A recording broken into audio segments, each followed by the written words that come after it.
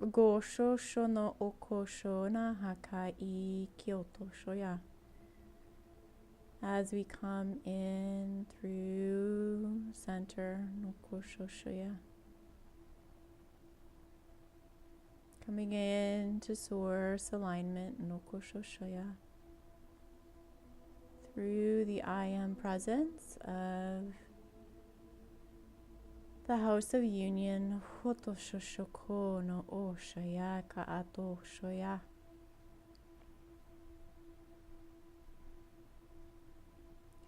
So I just wanted to share a bit about what was coming through today in regards to the fields and the karmic retribution. Dosho Shoko Otoyana Hakaya. And there's a bit of confusion when I use this word retribution because technically that means some sort of punishment, some sort of sentencing, or some sort of payback. And karma is something that I personally have had a difficult time understanding. But in a sense, I see it as a couple of things. One of them, of course, we can have contracts that we are required to uphold in this lifetime. Essentially, these can just be things within our energy field that we have chosen, we have been assigned to reorder out of. And this doesn't even have to be anything that we need to interact with someone else in order to release out of. It's just an energy either within ourselves we have to come to terms with. We have to understand the root of the patterning. We have to shift out of these old energies. Doshoshiki atoya. There is a lot of karmic release that is coming up now, which also doshoshi, and I think when we speak of karmic retribution, it is this, I will say, a false karmic energy in the sense that we are not required to engage with this energy, and yet many times it feels as if we are. So there is this large field of entrapment that feels like is occurring right now, especially through the mental space where we feel that this energy, some instance or some circumstance has come into our awareness that we need to work out, that we need to resolve, that we need to see through to the end. There is a lot of, I keep getting this sense too of the Bhagavad Gita, which I am not personally familiar with, but just doing a little bit of research, I understand that it's talking about, right, living life with no attachment to personal gain. So to live life in this very selfless way, to not have any expectations that you will receive anything in exchange for your actions or your behaviors, or just moving through life as an unattached soul, a selfless soul, a selfless being, and that this is the path to God, this is the path to the return. And while I'm certainly not here to debate religion, I have no knowledge of this or this history, these concepts are intriguing in the sense that as light beings now, as we are moving into these new energies, that is very much in contrast to what I am seeing, because,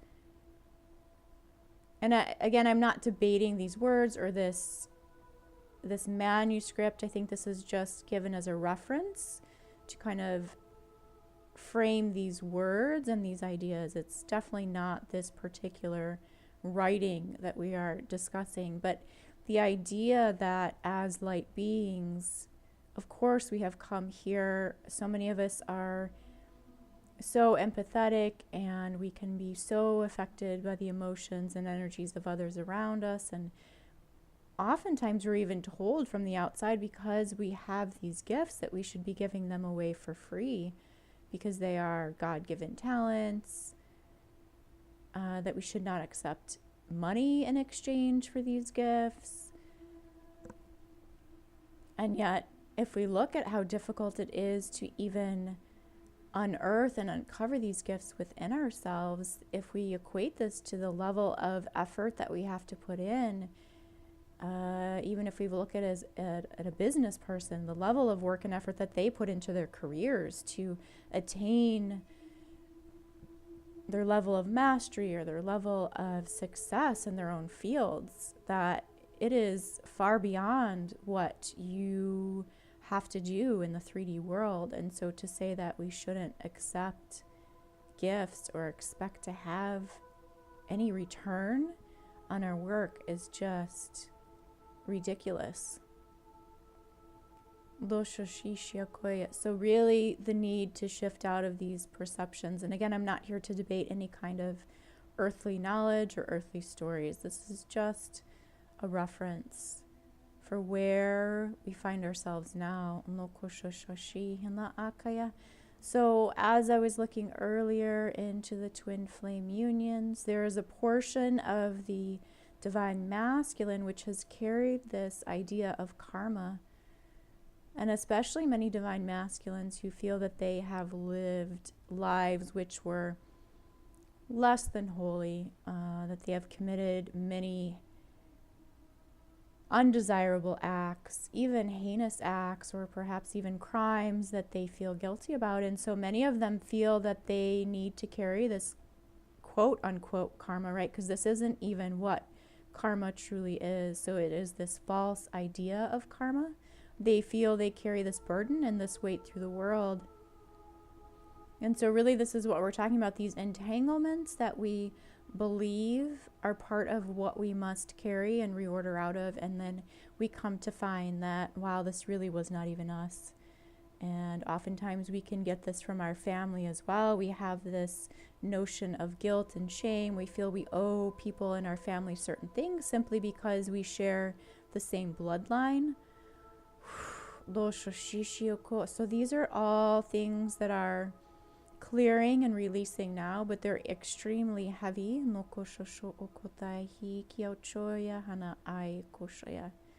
Extremely burdensome even into the biology. And to know that it's not just within the 3D density that this is occurring, they were showing me that there is a galactic level of this as well. And so they were comparing this to the idea of fluid dynamics. Now, when we look at the 3D sense of this word, fluid dynamics is something that we see in engineering. This is something that when we utilize the pressure of fluids, that we can create movement through mechanical systems.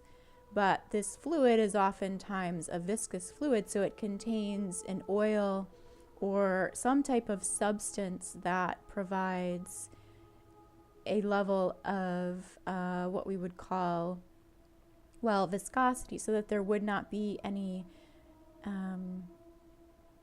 rubbing of two metallic surfaces together, right? So it's a bit of a buffer or a lining between the metallic portions of machinery that would come into contact with one another. And so they're using this as a reference for the galactic fields, because when we speak of fluid dynamics in an ethereal sense or an energetic field sense, that is something that is definitely true. We want to be fluid within the dynamics of our own field, and yet we see here through the galactic planes that there is this sense of something being added to this fluidity to cause this, in this sense I would call it a breakdown of connection, because it's creating a buffer between the true ionic membranes of the energies, and also that this energy itself, this viscous fluid within the galactic planes, is a distortion.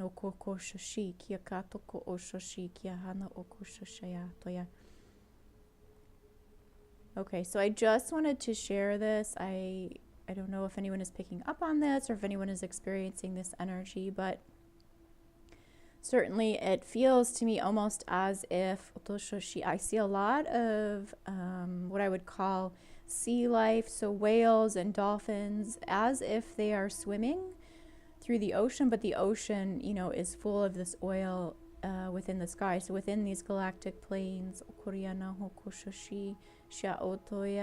this gets into the membranes, this gets into the airways, and again, because it's in our skin, it's in our cells, it's in our biology, it's in the air that we breathe. If you can imagine this karmic energy, of course we would truly think this is who we are. So there is this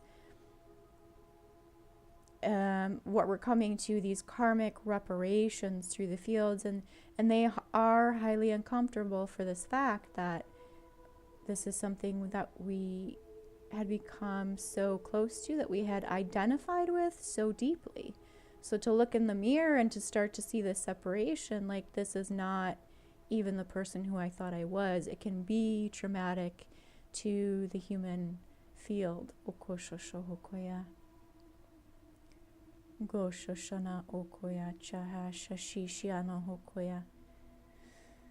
Okay, good. So just sending so much compassion and love.